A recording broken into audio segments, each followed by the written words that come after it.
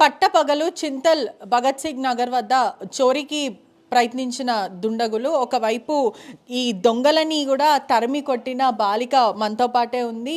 ప్రస్తుతం వైరల్గా మారింది.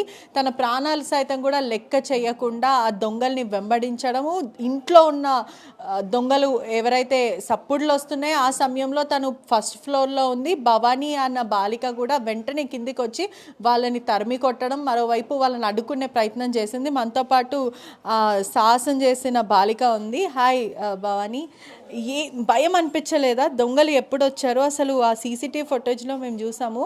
అట్లా చీతాలాగా పరిగెత్తుతున్న వాళ్ళ వెనకాల ఏంటి భయం కాలేదా? కాలేదు. ఇంకా ఇంకా ఆయన వచ్చి వెళ్ళిపోగానే ఇంకా నాకు టెన్షన్ అయిపోయి నేను ఆయన ఇంటి వెళ్ళాను పట్టుకోవాలనేసి. ఎప్పుడు వచ్చినారు దొంగలు? 3:30 అయింది. అప్పుడు టైం నేను పైకి వెళ్ళి వస్తున్నాను కిందికి. అయితే రాగానే ఆ ఇంట్లో సపోర్ట్ చేస్తుంటే నేను వచ్చి ఆ ఇంట్లోకి వెళ్ళి ఆంటీ లేదా అని అంటే నేను ఉమ్మాంటి కోసం వచ్చిన అన్నాడు. అయితే వచ్చి ఇంట్లో పట్టుకున్నా, జేబులో చేతి అన్నీ చెక్ చేసిన, లేడు, ఇట్లా దొబ్బేసి వెళ్ళిపోయాడు. ఎప్పుడైనా చూసావా? ఇది చూశాను, ఇట్లా పోతాడు అందరు షాప్ ఉంది. ఓహో, ఇక్కడ తెలిసిన వాళ్ళే దొంగలు కూడా.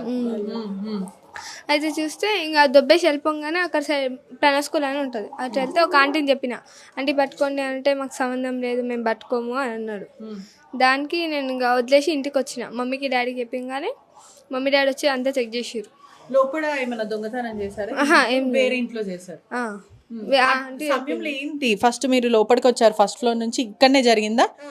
ఇలా వచ్చారు మీరు, ఏం జరిగింది అసలు ఎగ్జాక్ట్లీ? దొంగను ఎక్కడ చూసారు? దొంగ నా ఇంట్లో చూసాను, తొంగి చూసిన్నాను. తొంగి చూసిగానే నా ఇంట్లోకి వెళ్ళి ఎవరు అని అంటే ఉమాంటి లేదా అని అంటే ఉమాంటి నేను కూడా ఉమాంటి కోసమే వచ్చిన అంటే తాళం ఇక్కడ పడ్డది. పడితే నేను వెళ్ళి ఆంటీ లేదు ఏమికి వచ్చినా అనేసి గట్టి పట్టుకున్నా. పట్టుకోగానే ఆయన దొబ్బేసి ఇంట్లో దొబ్బేయంగానే వెళ్ళిపోయాను. వెళ్ళిపోతే మమ్మీకి డాడీకి పిలిచిన, డాడీకి మమ్మీ పిలిస్తే వినవాడితే నేను ఉరికినా. పట్టుకుని ఇంకా ట్రై చేసిన కానీ ఆయన దొరకలేడు నాకు. ఎక్కడి వరకు పరిగెత్తారు? ప్రణవ్ స్కూల్ ఉంటుంది అక్కడ వెనక సైడ్ వరకు అతని కోసం అతను కూడా పారిపోయాడు. ఏం చేస్తుండే అసలు? దొరుకుంటే ఆయన చేతిలో కత్తులు కటారాలు ఇట్లాంటివి ఏమైనా ఉంటే పొడిస్తే, లేకపోతే భయం అనిపించలేదా మీకు? ఉంటే ఉంటే పోతావా?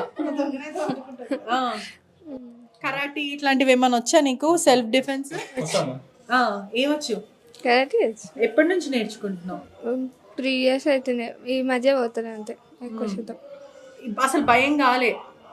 ఏమనిపించింది? ఎట్లాగైనా అతన్ని పట్టుకోవాలనిపించిందా? పట్టుకోవాలని అనిపించింది కానీ దొరకలేదు నాకు.